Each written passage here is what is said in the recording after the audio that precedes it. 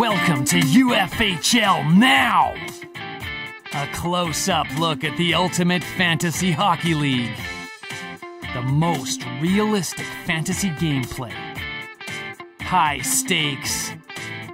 High reward. Here's your host, the owner of Duckman's domination in the UFHL, and the mighty Mallards of the UFAHL, Dean Millard.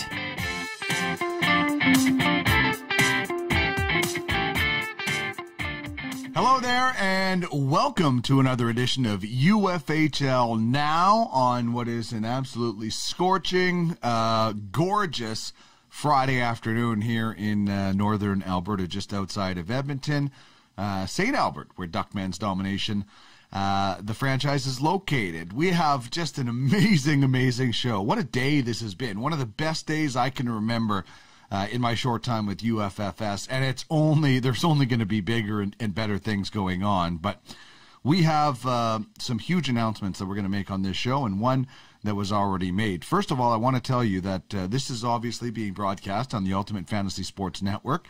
If you want to get in touch with us, if you have a fantasy sports show, it's UFS Network, or you can on Twitter, or you can email UFSN at UFFsports.com. You can reach Ducks Domination, my franchise, at on Twitter at Ducks Domination. All right, huge news. Ryan Malone joining UFFS as a hockey ambassador. This is just such an amazing thing. We have had NFTs made. Ryan will be the first digital NHL athlete on the UFFS platform. He'll play in the Legends League. And there's one more big thing to tell you about with Ryan. You're going to have to wait just a couple of seconds to get that news, though, and it's huge. The Klein Cup continues. One more game tonight between the Lightning and the Habs. We will update you on what's going on in the Klein Cup playoffs. Our top five this week is top five penalty minute leaders of players that are still active in the NHL playoffs and the UFHL playoffs. And he's back. Larry Fisher, our UFHL Insider. Thankfully, that was a stressful job last week being the Insider. I did not like it, but I do like that Larry is back. He's got some great details to talk about. And we are going to discuss with the first ever digital asset, the first ever athlete NHL NFT, Ryan Malone, joining us on this show when we come back. We're going to talk about him as an NFT, him as an ambassador. He's going to help bring on more players to get the income they deserve, that the owners, this is something that yes, players are compensated, but when you compare it to what the owners are making, and in some other sports, it's even worse for the athletes. This is just the tip of the iceberg of UFFS bringing athletes on board and them getting rewarded even more for their careers. So we're going to talk with Ryan right after this about those two things and one more huge announcement when it comes to the UFHL as well. On the side is Malcolm, trying to get in there deep. Got it out, shot, and that's knocked down in front. And play called. Oh, and Malone got it right in the face. Oh. And as you can see, how the heck did he ever get up? He's already broke his nose in this series, and he will go right off to the locker room. 7 seconds remaining to try, trying to wind it up in the last 10 seconds. Another shot, blocked, cleared away. We've got overtime. Can you believe this? Ryan Malone with the game on the line already, with his face all cut up because of a shot that he took earlier in the game. And this, folks, is what the Stanley Cup is all about. Look what he does. Unbelievable. Long shot, that's wide, gets in behind the net. This is dangerous. It close, the shot is stopped. Score! All right, it's just a pleasure and an honor to welcome to the program the guy who took that puck in the face in that contest, Ryan Malone. And man, Ryan, we have so much to talk about today. You're now an official owner. You're going to have an NFT minted in the UFFS. You're going to be an ambassador. But I have to ask you, a puck in the face, is that the most painful injury you've had in your hockey career? That slap shot in the face, and then you go and block another shot shortly after. Yeah, I mean, I think, well, obviously the Stanley Cup is worth those broken bones and prices we all pay. But you know, I think that anytime you get hit in the face with the puck is pretty good. But the Hal Gill muffin, kind of the knuckle puck there, it was a muffin that hit me kind of flat in the face and not a direct bullet, where I've also been hit in the face and broke my jaw before. So that wasn't ideal, but I'm still standing and still moving. And guess what? This league, you don't get hurt in. So this will be a fun one to be up, and I'm very excited for the opportunity to spread the word here and help hockey players everywhere. Yeah, well, let's start, I guess, with the fact that you know, you were already coming on board. You were going to have your NFT minted and get into the Legends League, which we'll talk about, and an ambassador with us to bring on players to have their NFTs minted. You know, we had a nice conversation between you, I, and Larry yesterday, and you know, casually mentioned that there's a franchise for sale, and that franchise is no longer for sale. You're now an owner in the UFHL of the Dynasty. Just since the conversation we had yesterday, how did this take place? In my own head, obviously, most of it, but I think talking to you, really kind of understanding what it's about, and how you can kind of really own a team just like you can in the real world. It's not really much fantasy when you're tying the players to it. And now I looked at the rosters, quite a few Minnesota guys. I see we're picking up Justin Falk as well for Tyler Johnson in the trade. So another great Minnesota guy. And it'll be easy for me to say, here's a dynasty hat. Would you like to make an extra few pennies on the side as you're you know, on a job where your body it will never end here on the e-digital in the world. So it's great to be part of it, and I'm very excited of the opportunity to be one of the owners of the 32 teams that will be growing and really helping a lot of people out. So I'm excited to get going. Yeah, looking at your roster, what excites you? You know, you just mentioned a couple of things, but, you know, what excites you about this roster? And the other question I really have is, how many of these guys do you really know that you're going to be able to give the gears if they're not pulling their weight in fantasy? Yeah, I mean, I think obviously you're going to let them play their rest season. You're not going to really plug them at all, which is kind of the nice part. But it'll be nice to see some of the guys around here this summer in the Beauty League here in Minnesota, and I'll be able to walk up to them, give them a hat, let them know they're on a good team. Their owner loves them and wants them to be part of something special. But they have some big pieces there. Saw some great goaltending, some veteran guys, and you know, I know everyone talks about the Skinner contract or whatever, but who knows, with new opportunities and a new chance, he could be a very beneficial team. So I think the previous GM and owners did a great job, and I'm just happy to be excited to be part of the challenge next year of you know, structuring the team and the day-to-day stuff, and you know, be just like owning a real team, right? I mean, it's all the details, like you said, in scouting and all these different jobs and odd-end things that you can do. You know, I have a lot of good friends in the hockey world, so I should build a strong community to help ourselves out, but everyone here at UFFS Sports.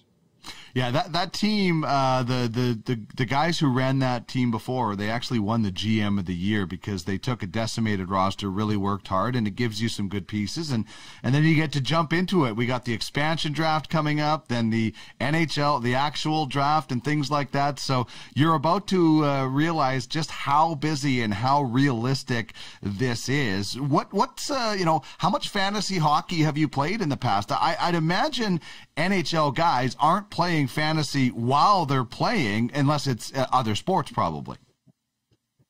Yeah, actually, I never got into hockey just because it was like you're saying, it was kind of too much of a commitment with the schedule and the deals. But my brother and a good group of friends, we just kind of started in football. They've been doing it for a few years, but since I retired, I kind of just did the football once a week is pretty easy and basic. But yeah, I remember this is crazy, but I know sitting on the plane with Steven Stamkos, Teddy Purcell, Marty St. Louis, Vinny, and Mike Smith, and those guys are into the baseball. So every day they're changing their lineups and their pitchers and whatnot. And I'm like, man, is there ever going to be a time like where the athlete can try to leverage their stats to try to make some money? Because everyone's just using their fantasy stuff, and the athletes aren't seeing anything. Little did I know that this opportunity is coming. That is a real opportunity for the players. Actually, now another revenue source that your digital career will never end. So, and it's not just the fantasy side or the Legends League. There's plenty of other revenue streams with AOS Sports. It's kind of a Netflix for the athlete, so they can do maybe a documentary and kind of tell your story, how you kind of made it, and that'll stay up there forever. So when people or a young kid from your hometown wants to understand your story, they can actually find it and look you up, and that really inspires, I think, a lot of people, because my young kid, we got to read the Mar Lemieux books of Wayne Gretzky's, Eric Lindros, Fire on Ice, and those books, but there wasn't any other less superstar stories that were so maybe noted. But now there's an opportunity for this platform to really showcase the true player, and especially what they do for their communities and give back. It's really a win for everybody. And the best part is, all these guys have already paid the price in the arena, so we don't need any of your money. We just want you to participate and, spread the love, and the hockey community will show its power. I think, this is going to be great for everybody. Yeah, those former players, they already paid their entry fee by having great careers, as did you. You were able to play on an Olympic team in 2010, and we obviously up in this country look really fondly on that Olympics. But that was an amazing experience. I mean, just to be a part of that tournament and everything that was going on, along with the other great players you played. But what was it like wearing the U.S. uniform in the biggest tournament in the world? Yeah, I mean, I get the goosebumps even thinking about it. I think coming from Pittsburgh, then going to Minnesota hockey camps with Chuck Grillo and Herb Brooks, J.P. Parisi, Larry Hendrickson kind of started this camp that really helped me develop into the player and person I am today. So Herbie has been close to me throughout my career, and especially up at St. Cloud State. He started that hockey program where I went to college, and he always told me the legs feed the wolf. So, to pull on that sweater was never even a dream or a thought that it could possibly happen. But, I just kind of kept my head down, and we got the opportunity, and one goal away from bringing the gold back to the U.S. would have been great. But, still getting that opportunity with those players, and in Vancouver, obviously you want to make all you Canadians cry, that's for sure. But, it was great. I mean, my family's getting heckled for wearing their Malone jerseys. They're getting beers thrown at them, I like that stuff. They're passionate fans, and that's what it's all about. We don't understand the power of the hockey up there in Canada for sure. Minnesota is obviously right there on the border. If you can, so there's a lot of a passion, and I'm just happy to be in this position to help kind of pay it forward to everyone that's helped me. And it was just a tremendous honor. So, like I said, it kind of went around there a big story, but it meant a lot. Yeah, well, hockey is in your blood. You were the first, I believe, the first Pittsburgh-trained, raised-born player to play for the Penguins. And I think you and your dad were just the second father and son to score a hat-trick for the same team. I mean, the fact that you wore an Olympic jersey is amazing. But, playing for the same team your dad did and the city you grew up in, that's living the dream right there, is it not? Yes, it is. I mean, I literally was very fortunate. Like you said, my dad had a career in Pittsburgh. And then when he got done playing in Hartford and Quebec, he came back to Pittsburgh with Ken Schinkel and Craig Patrick, gave him the scouting job, and he was the head scout there, drafting guys from Yager all the way up to Fleury, Crosby, Malkin, Ryan Whitney, even Paul Bissonnette, unfortunately. But some guys that, I think I was around the locker room as a little kid. So even I remember guys doing interviews with towels over their shoulders, nothing on underneath, holding a Gatorade in their beer cup. Seeing the little rooster of the Alice in Chains, they had a brown rooster, in that song. And then, George Thorogood playing with AC/DC in the locker room. So, I literally grew up with the same guys sharpening my skates when I finally made the team. So to pull on those colors and get a chance to really represent Pittsburgh meant a great deal. And, it was a lot of hard work, but it's all worth it.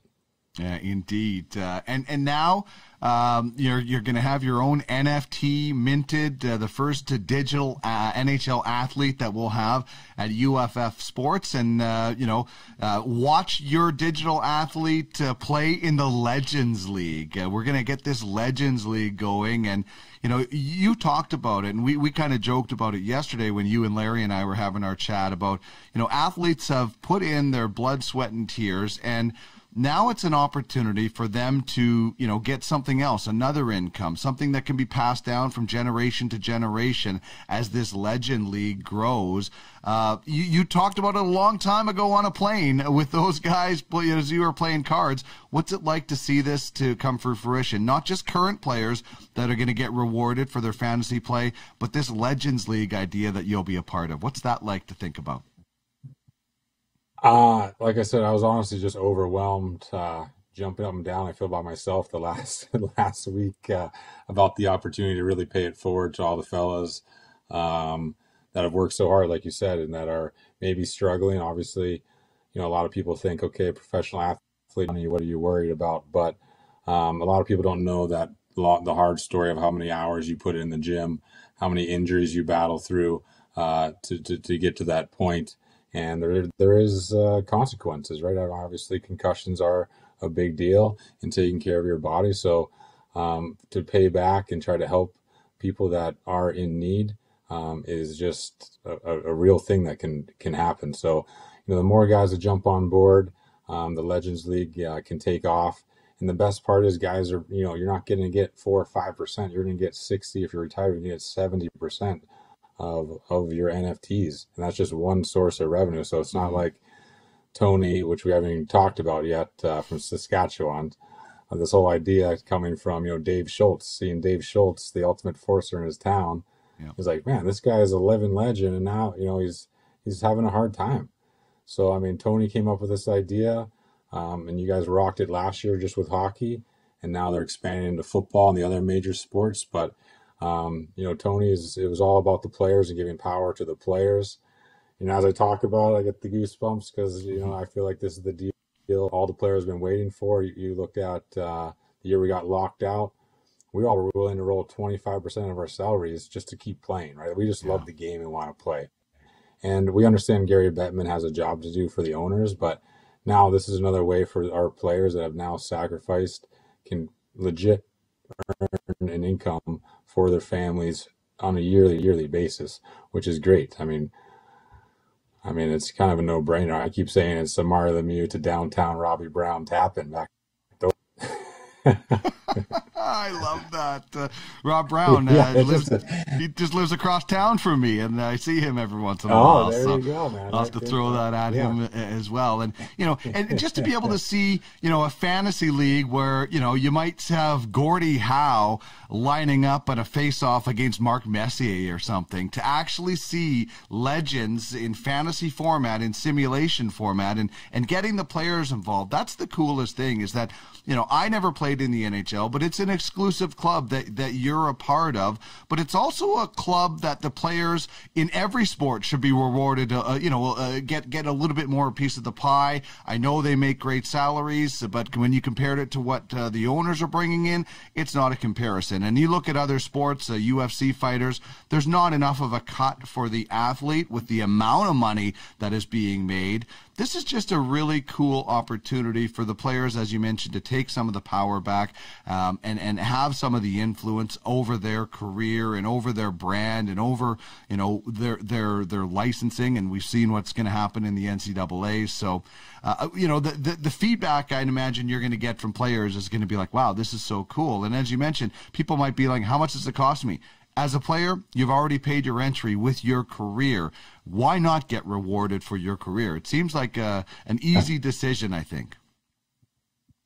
Yeah, I mean, that's where they obviously it's where our job here at UFFS Sports then is to show them, you know, what we can do with each player, and you know, that's something that we will show them. You know, I think it's like you said, a pretty easy decision to hop on board and try to generate a yearly revenue. But I think most importantly, each player, you know, we're not sponsored by Coca-Cola or whatever. I saw Ronaldo, you know, move those Coca-Cola bottles out of the way for his interview. He's like, drink water.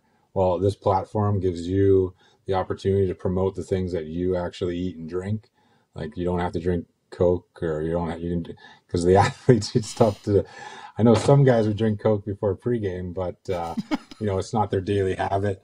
But you know, it's great to see, because then other people you just have a different view of things, right? Here's what the athletes are doing. Maybe we should, you know, maybe work out a little more, try to eat a little healthier. You know, this is kind of what it is and takes. So I think it's good for people to, you know, it's not a 5-second clip on one of the other platforms. It's a full story, and you understand where it's coming from here, and you really get to know the person, which I think is the biggest thing. Because I think every hockey guy I know is a great guy, and everyone's willing to take less to play for the Stanley Cup, to be on a good team. And you hear that all the time. Guys are taking pay cuts, and I'm like, we're the lowest paid athletes by everyone. And I feel we all have great character and are willing to give back to our community. So it's time. This is a power play for the players now to have an opportunity to really generate some revenue, but more importantly, help a lot of people and help the communities that we're involved in. Yeah, and also an opportunity to show off a bit of a creative side. You mentioned athlete-owned sports. That, you know, if you're a player that, you know, maybe you're a wisecracker and you think, I could do some stand-up comedy as a second career. You know, branch out, show a little bit that, you know, I'm more than a hockey player, or this is the type of hockey player I am. If you want to do some training videos, and you can also get really creative with your NFT being minted, and you can show different things about your career. So that's the cool thing, is that you can have the collectible side, you can have your NFT, and you can have the fantasy side. And as we said, there's nothing out this like this before. Athletes promoting themselves and promoting their brand and promoting their NFT. You know, I think hockey players in general, they're some of the more humble athletes out there. It's time to start beating the chests of the hockey players and saying, look at us over here. We deserve some of the spotlight as well, because sometimes hockey players, they don't have the outgoing. They're a little bit more humble and understated than some of the other sports. Now it's time to fly that hockey flag, I think, when it comes to athlete NFTs. Yeah, and I mean, that's where, I mean, the best part really is guys sign up. It's not going to take a lot of your time. So we know you got to train, get current. You have your season and everything, real stuff to focus on. We understand that, and that's where I think the best part is like, you really just can do as much as you really want to do. And if you want to just sign on and create an NFT or two, that's great. I mean, you're going to get over half the percentage of just that first NFT. And I know there's plenty of ways, as we talked about, to generate revenue of being on different teams and in the Legends League and so forth. So, I mean, you know, like we said, there is your participation fee has already been paid, and we're here to reward you. What do you make of this Stanley Cup playoffs and the run that, you know, looks like it could come up short for the Canadians, but you never know. They remind me a lot of the 06 Oilers that I was able to cover here in Edmonton. Rode a hot goaltender and Chris Pronger and Fernando Pisani, you know, among other guys. And the Montreal Canadiens are kind of getting contributions from everybody. And then there's your old team, Tampa, looking to go back-to-back in, you know, the strangest of circumstances. What do you make of this playoffs? I mean, the whole playoffs have been great. It's obviously my favorite time of year. We turn those games on and just sit back, and it's just great to see how competitive everyone is and how the league, it doesn't matter if you come in, just sneak into the playoffs or you finish first. It's about everyone buying in, playing the games within the game, controlling the game and the penalties and your emotions, but playing on that edge.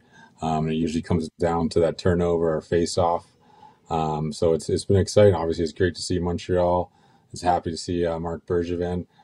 He's obviously put a lot of time and hard work in there to build that team.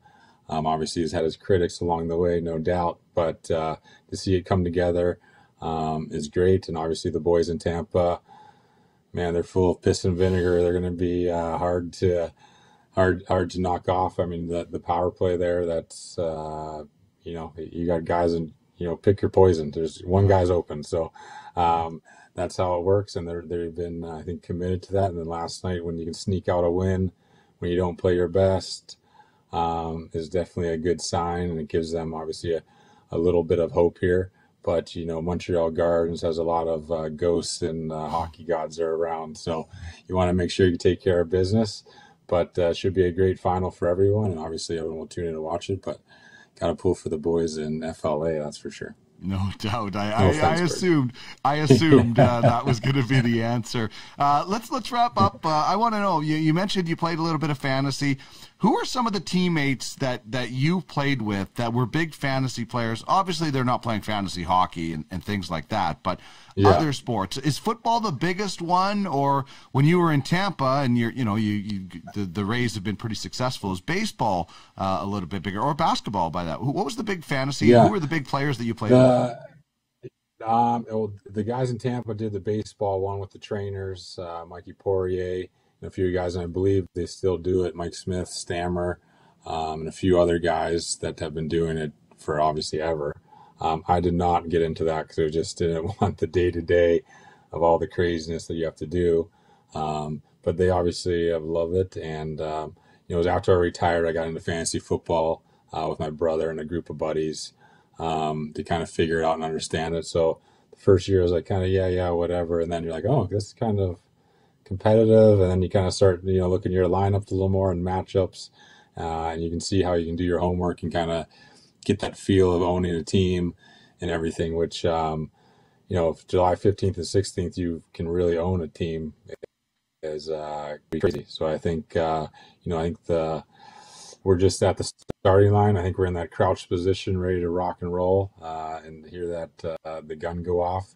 So I think that'll really tie a lot of people to the hockey. But I think everyone understands the fantasy football just because it's only 16 games and you got a few guys on your roster. So that's what I was more comfortable with starting. But now, obviously, I'm jumping in here and looking forward to creating a great team. I have to have a team dinner soon. No doubt. Well, you literally could organize a team dinner party. Because you might be the one owner that actually could probably reach out and have a team dinner with guys on your team. I mean, Colton Parayko might just hang up if I phone him and say I want to have a team dinner, but you actually might be able to organize one of those. Rookie party for everyone. For sure. I love it, Ryan. This is awesome. I'm so glad you're involved in different ways. Now as a franchise owner, as an ambassador, and you're going to be the first digital NHL athlete as an NFT. So exciting, and participate in the Legends League when we get it going. So great to have you on board. I can't wait to see the former players that start streaming in and getting involved in this and getting rewarded for their careers, and the current players as well, and future players. I mean, this is for anybody that wants to play hockey can have their NFT minted, and you never know what happens. So thanks so much for spending some time with me, and enjoy it. You're jumping in the frying pan, that's for sure. It's going to get busy for you in the next little while. Looking forward to it. Awesome. Looking forward to it. Thanks for having me, Dean. We'll talk again soon, I'm sure.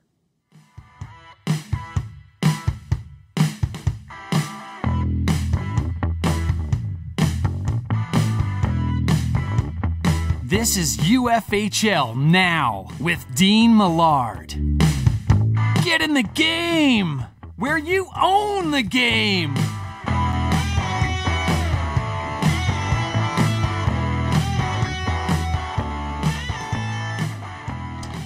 Man, that was awesome. Not only is Ryan Malone the first digital NFT as an NHL player on the platform, he's also an ambassador and now a team owner. I cannot wait to start working some deals with Ryan. We may have already talked about a few players. I'm not going to give anything away, but man, that's so cool. I'm so glad to have him in the fold. And the fun that he's going to, like he said, if I'm going to be telling these guys about this league and how cool it is, I need to know everything about it. So now he definitely has some skin in the game. That is awesome. All right, let's take a look at what's going on in the Klein Cup playoffs. Red Army, of course, versus the Gator Chomp going on, and it's a 14.6 to 12.65 lead. And frankly, I think a lot of people are surprised it's that close. You got 3 players, and I think Red Army has 11, something like that. It's just, and obviously, if Kucherov is, for whatever reason, wasn't able to play, that balances the playing field. But, man, the Gators hanging with them right now. The shorter the series, the better it is for the Gators, in my opinion, because then those other guys don't get more games to wrap it up. So if the Gators can get, a couple of goals from Corey Perry or something like that and some more PIMs, I think this could be close, but we'll see what happens as the series shifts to La Belle Provence. This ce soir, we should say, when it comes to that language. All right, let's check out what's going on in the last week for the participants in the Klein Cup final. Nikita Kucherov has a couple of goals, 1 assist, +4, and 7 shots on goal. Yanni Gord of the Gators Chomp, 2 goals, both of them game winners. How about the bonus points? A shorty point as well and 3 takeaways. And there's the PIMs for Corey Perry, racking them up a little bit. He also had a shot, a couple of hits, and a takeaway in the last week of play. Flipping on, you got Nick Suzuki, who scored once, has 9 shots. One of his points, or his goal, has come on the power play, and he's had a few hits as well. Matthew Joseph has a shot, 4 hits, and a takeaway, and he was just inserted into the lineup, so that's good news. And Joel Armia has taken a penalty, 2 shots, 2 hits, 2 takeaways. Get to blackjack and place some money on the number 2. I guess you would go black or red. There's red or black in the Red Army logo. So that's a little bit of a look at some of the top performers over the last week. We always like to do a top 10 list on UFHL Now as well. There it is. Top 5 penalty minute leaders. Now, the catch is you have to still be in the playoffs in the NHL, and you still have to be on a playoff team in the UFHL. And let me tell you, you have to go quite down the list to find guys that are still meet both criteria. But Corey Perry, the runaway leader of guys still available with 19 penalty minutes. There are other guys with more penalty minutes that are no longer in the playoffs. How about Nikita Kucherov roughing it up with 14 penalty minutes in the postseason? Yanni Gord has 11, and then a couple of Red Army players, Joel Armia and Tyler Toffoli. So pretty even split when it comes to the penalty minute leaders, as far as guys that are still left in the Stanley Cup playoffs and the Klein Cup playoffs as well. So there you go. There's a look at the top performers, top 5 penalty minute leaders, and we'll see what happens this weekend, tonight and Monday. See what happens with the Stanley Cup final, and if we are handing out the Klein Cup that day as well. All right, really excited to welcome back after his well-deserved vacation, our UFHL Insider, Larry Fisher, next on UFHL Now.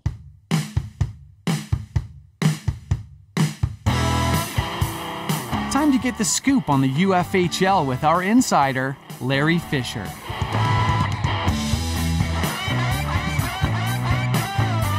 He's had lines in the water all week long. What will he reel in for us today? Let's dive in and find out what's going on with the UFHL now.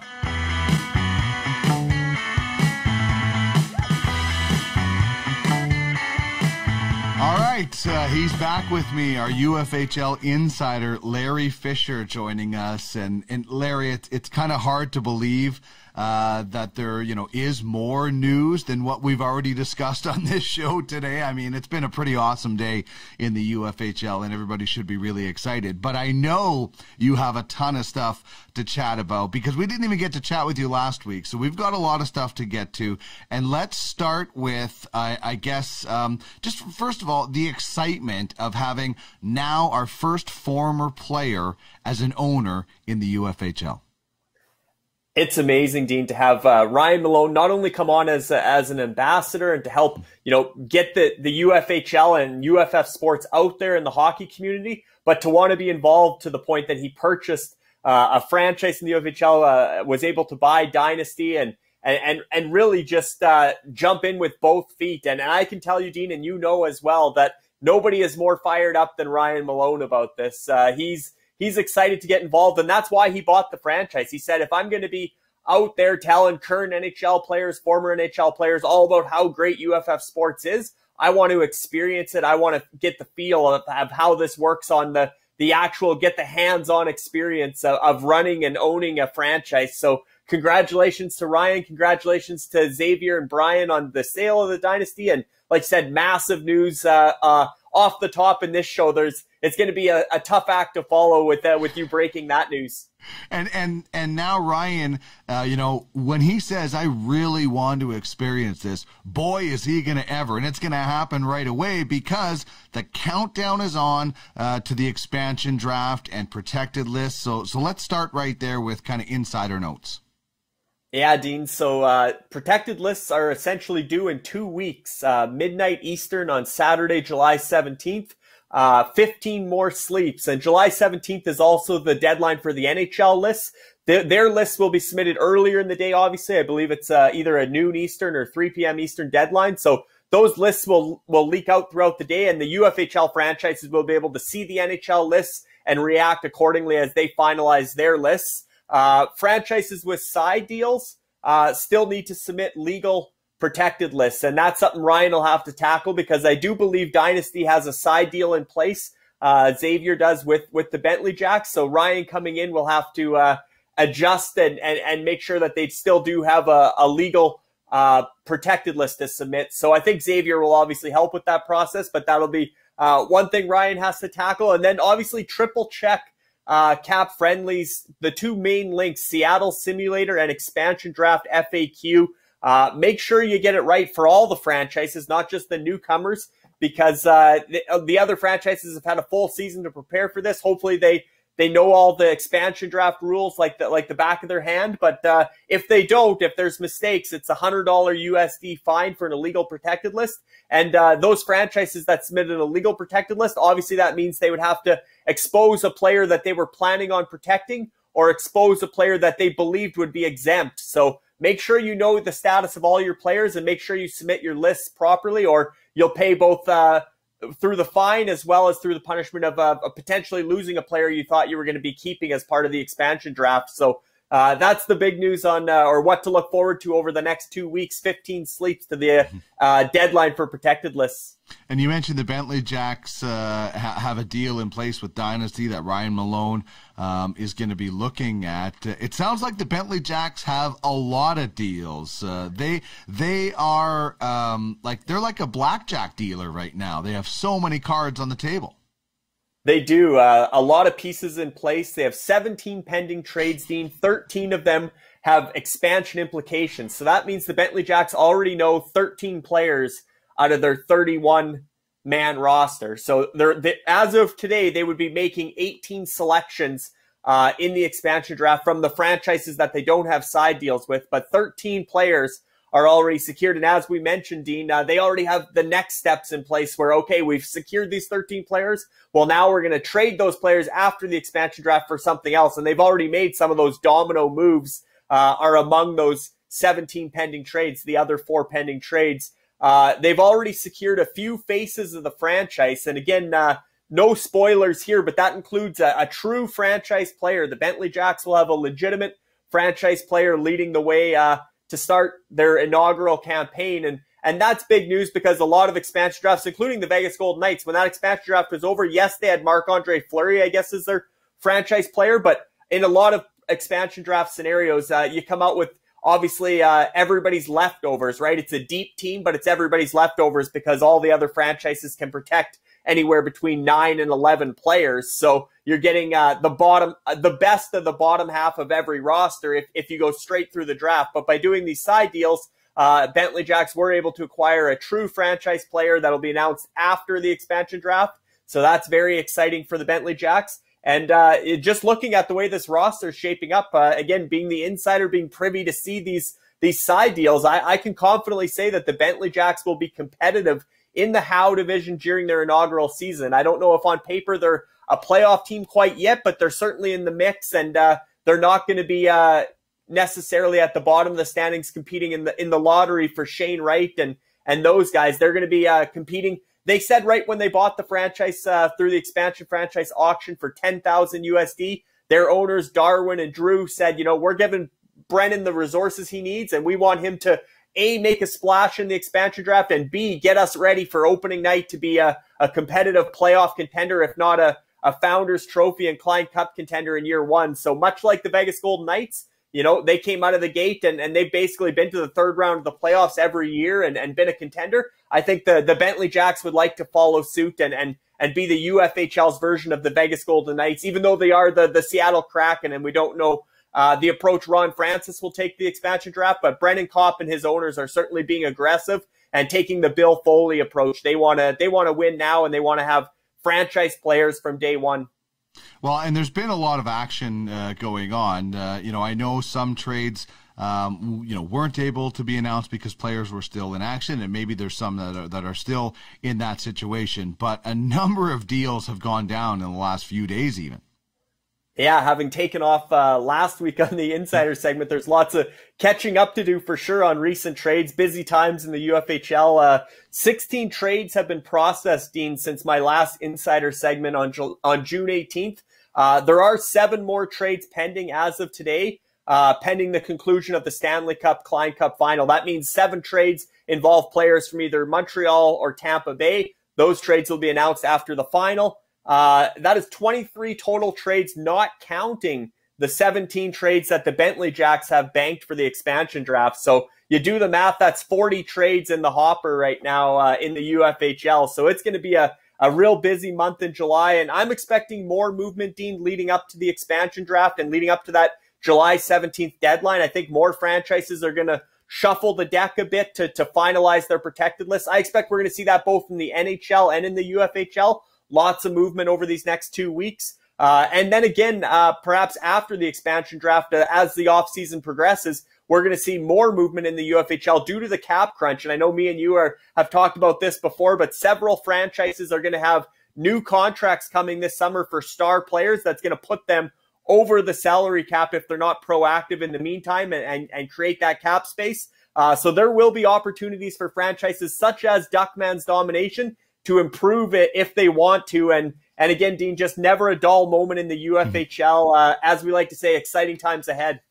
Well, and it's interesting. The first story we talked about, off the top of the show and off the top of this segment was the sale and Ryan Malone, former NHLer, getting in on the game. That sale was started by this next story that we're going to discuss, and that is what's happening with Red Army and the fire sale that's going on there. That fire sale, the Dynasty Group was not happy with it and immediately said, we're up for sale. I got a message from Xavier saying we're looking for a buyer. Well, thankfully they found a buyer and they could be happy. But what Luke had started doing was what precipitated that sale. And I tend to agree with the statement you kind of put out on Telegram. What Luke is doing is selling off players, but still icing a competitive team. Even next year, you look at it, it's still a competitive team. I don't know if it's going to be, the perennial favorite, but it's still a competitive team.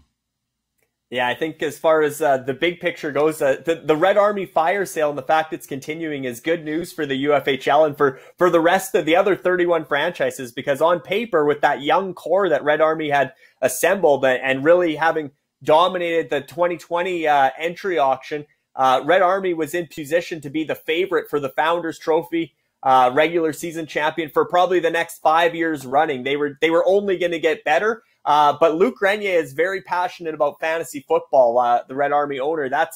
He says he's better at fantasy football than he is at fantasy hockey, and he wants into the UFAHL, the Ultimate Fantasy American Football League. He's willing to piece out, essentially sell, but trade with Scorecoin involved, a number of star players off his Red Army UFHL franchise in order to bankroll himself the ability to bid in the UFAHL auction on July 16th to 18th, taking place in Las Vegas, obviously. So Luc Grenier, we know he's a high roller, high stakes fantasy player, and he wants to get into the football side, the American football. So he's willing to sacrifice some of his win now roster that he had assembled, that great roster of Red Army. He's tearing it down and having this fire sale, trading away some star players. And it started with the cap dump of Drew Doughty. And from there, obviously, and Drew Doughty actually went to Dynasty. So Dynasty benefited getting a franchise player for themselves as part of this fire sale that started.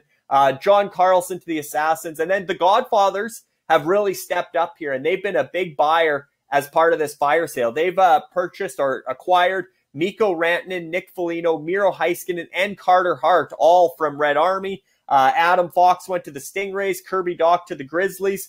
3 top 10 picks in 2021 have gone to the Generals. And I can tell you, Dean, there are 5 more players in pending trades from Red Army, mostly for SEO and futures. And with those 5 players gone, Luc Grenier is still updating the trade block, not done selling yet.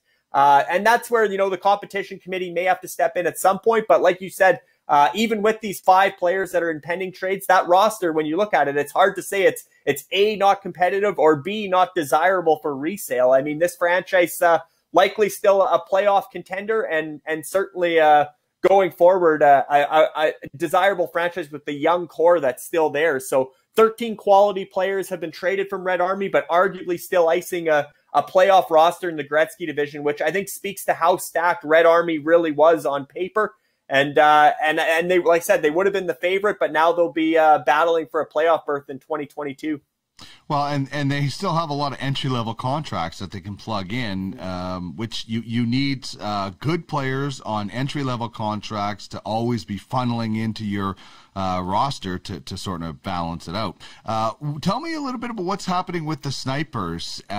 This is an organization that also recently changed hands, and Alex LeBlanc is doing some big things with this franchise right now.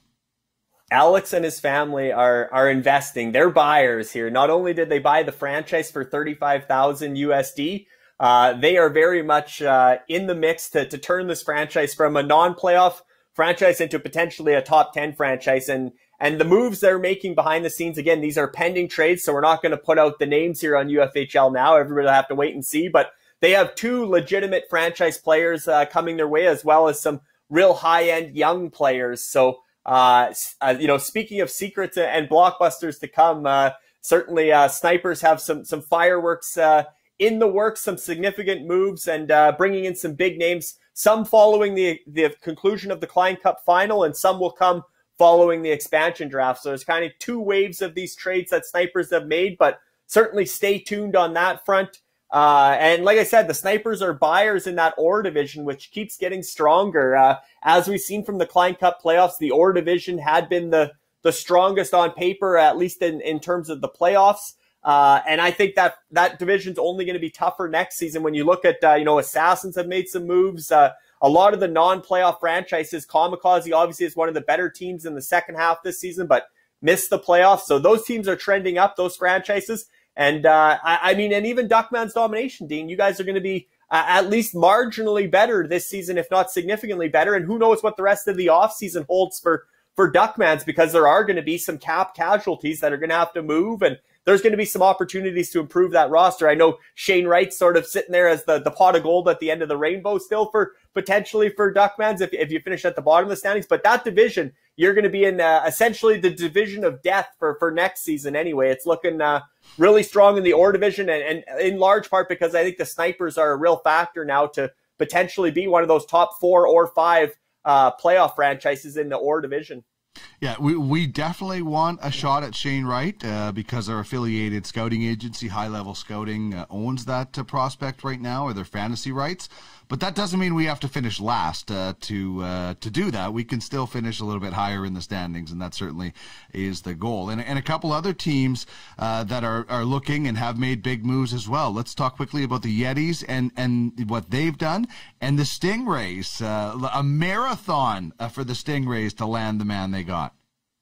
Yeah, and both of them landed impact defensemen, right? And again, with the expansion draft coming up, we're seeing some franchises are moving defensemen because they can only protect 3 and they like 3 guys and they're moving another. But obviously, the Yetis make the big move to land John Carlson and actually moved out Ryan O'Reilly. It was almost money in, money out because Carlson's at $8 million and Ryan O'Reilly's at $7.5 million. So big move there for the Yetis to sort of get solidify their top 4 on defense because they have Tyson Barrie, Neil Pionk, and Eric Chernak from Tampa, who's looked good in the playoffs. And now adding John Carlson there.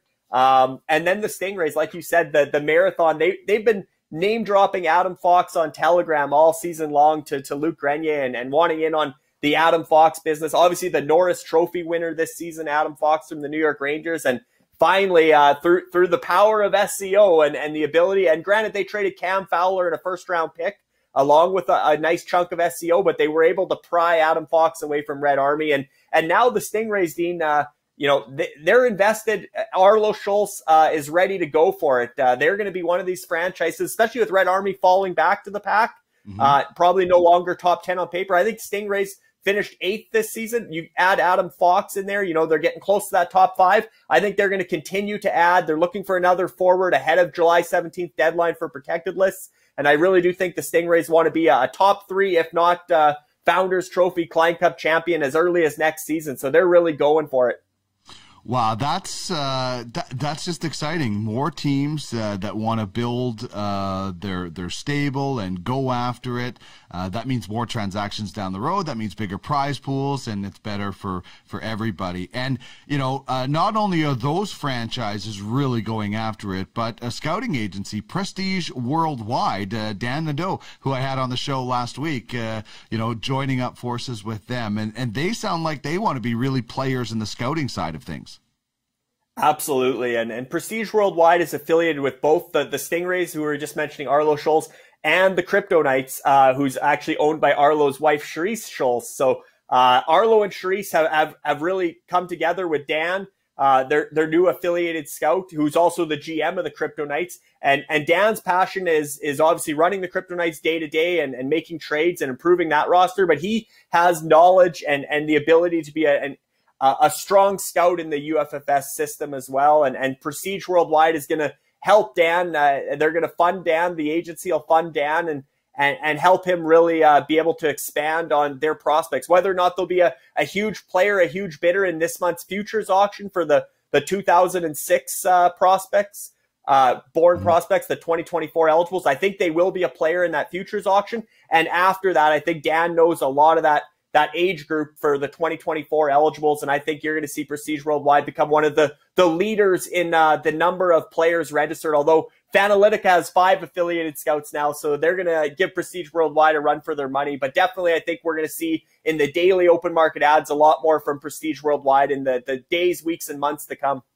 And scouting in general, exciting times ahead for the scouts right now, because the lists are going to be coming out. I know you're compiling the lists, high-level scouting. I know Trish said that they had sent in their list compiled by their president of scouting, Craig Button. So it'll be interesting to see, the lists that come out and give the owners of the franchises a little bit of an idea of what certain prospects might cost them. Yeah, the final rankings, consensus final rankings from UFFS Scouts will be published this coming week. It was going to be Monday, but now with the big breaking Ryan Malone news, among other things, it may be pushed back a couple days into the middle of the week. But this coming week, the UFFS Scouts will be publishing their final rankings for the 2021 NHL Draft, which obviously sets the algorithm for the entry auction, at least temporarily, until the actual NHL Draft plays out on July 23rd, 24th. But definitely a guideline for the franchises. And it will be interesting to see the amount of change from preliminary rankings to midseason rankings to final rankings for the UFFS scouts. There were 7 lists submitted. I can tell you, Dean, that every group or every agency submitted their top 64. 115 different prospects were in those top 64s for 7 scouts. So that tells you the variability, especially when you get into the second round of this year's draft. There's a lot of names that could potentially go in the second round, 115 in 64. So it's going to be an impressive project. And certainly we're doing it a little different than the preliminary and the midseason rankings, where we revealed everybody's rankings. This time we're only going to reveal the consensus rankings so that we don't tip the hand of Craig Button, who is obviously affiliated with Duckmans. We don't want everybody knowing which prospects in which order Duckmans is going to be bidding on or selecting them. So we're going to keep the list secret, confidential, but certainly the consensus consolidated rankings will be coming out likely midweek for the UFFS Scouts final draft rankings for 2021. And Craig will have his, I believe his top 64 will be coming out July 8th, around 8th or 9th. And he was telling me him and Bob McKenzie are going to do some fun mock draft stuff this year around some things. So, Bob's in semi-retirement now, right? He needs to find a few more things to keep him busy. So I look forward to Craig and Bob, 2 guys that I respect, and I think a lot of Canadians kind of, look up to when it comes to certainly, when Bob McKenzie as an insider, but Bob McKenzie getting, not his thoughts on the players, it's the GM's thoughts, and it's a different thing than what Craig puts out. So I'm looking forward to that, and I always love this segment because you're so nice that you give out free advice to franchises and scout on the Insider segment. So what is the Insider advice? What are we starting with today? Yeah, Dean, we got for insider advice. I think we led off the show talking about expansion, and I think the big advice is don't leave the expansion list until the last minute, because I'm getting DMs from some GMs and some owners saying, so how does this expansion draft work? And we're only 2 weeks away, and a lot of the other franchises have already had their side deals in place for months or weeks, and certainly they know all the rules and they're well versed in how this works. So that's why I'm saying we could expect to see some movement, because there could be some eye openers when they take a look at, okay, who do I protect? Oh no, I'm going to have to expose this guy. So again, definitely don't wait until July 16th, the morning of July 17th, to start putting together your lists. Be proactive, get those lists together. And as you're putting your list together, your protected list, then certainly explore trade options, including with the Bentley Jacks, but identify targets from other franchises that they might not be able to protect. There's going to be guys that are casualties here, and those franchises, if you can identify those targets, anything might be better than nothing, better than losing them for free to the Bentley Jacks. So again, franchises, Duckmans would be in that group, but there's going to be opportunities here in the next 2 weeks to snag some players that are otherwise going to be lost for free to the Bentley Jacks. So I think there'll be some movement on that front, but certainly don't leave it to the last minute on the expansion draft. And then load up on SCOs for the upcoming auction, Dean. You're going to need SCO to bid. All payments will be an SCO with proof of funds bidding for the entry in the futures auction. Bids will be displayed in both USD and SCO, but you need the SCO in your wallet in order to bid during the entry auction and the futures auction. So you'll get some kickback from the prize pool. Obviously, you got to pay the entry fee, which is due this coming week as well, or 48 hours after Tampa Bay and Montreal and Red Army and the Gators are done battling it out. So definitely the payouts will be coming soon, as well as the entry fee deadline. And then the buyout window, Dean. So if any buyouts of interest, that also opens 48 hours after the Klein Cup final. But it's going to be an exciting week, because we're probably going to be crowning a Klein Cup final champion perhaps on the next episode of UFHL Now, unless Montreal can rally and make a series of this against Tampa Bay heading into Game 3 tonight. Yeah, and that might be a special edition of UFHL Now, because I don't get back until next Friday from vacation, so that might be a special Saturday edition that we might be doing. And who knows, maybe the Habs make a series of it and they stretch it out, so we, maybe we're watching it. I'm not really sure, but it's going to be a lot of fun. Just so much going on in hockey, and we haven't even, we've got UFAHL football auctions happening live in Vegas in July. lie. I mean, you know, the hockey side is great. The other sports are great. Things are really coming together, and great to have the insider back on the segment. You know, it was hard filling your shoes last week with the information that you gave me to talk about.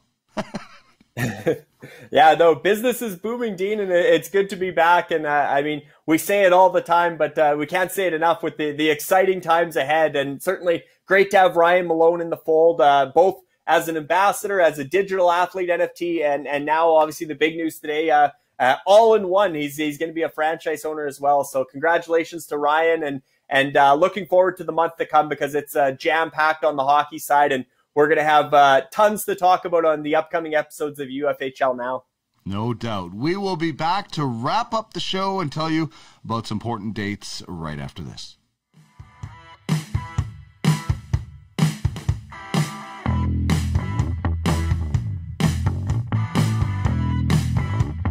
This is UFHL Now with Dean Millard.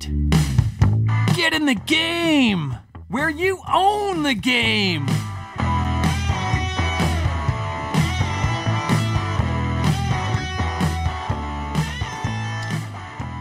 Wow.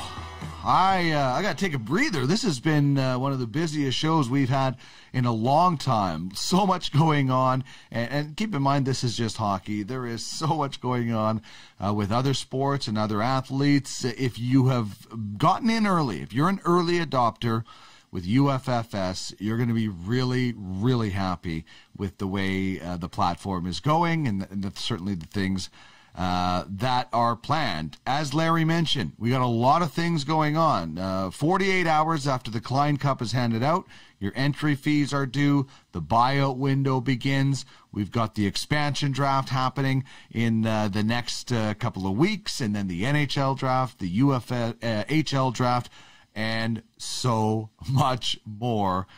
It really, really never stops in the UFHL.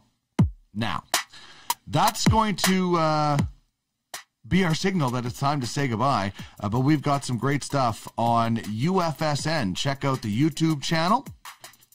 It's right there. You can find all of our programming. We've got a great podcast this Sunday. Actually, it's going to be Saturday, a special edition, because I'm heading out on vacation. But Darren, Larry, and the gang, Andy McNamara is going to join us. We're going to also pump up the UFHL and give some a nice shout out to one of the people behind the scenes doing a lot of graphic work in the UFHL or UFFS. 2 Minute Tuesday with Darren Bates. Tracking the Draft with Craig Button and myself comes your way Wednesday. Full Count Fantasy Baseball is live at noon Eastern on Thursdays. UFHL Now, this show on Fridays, and the Ultimate Roundtable every once a month on Saturday. Great podcast coming up this Sunday with Darren Bates and crew. Until then, have a great weekend. UFHL Now is produced by DM Productions. To get in touch, head to www.podcastalley.ca.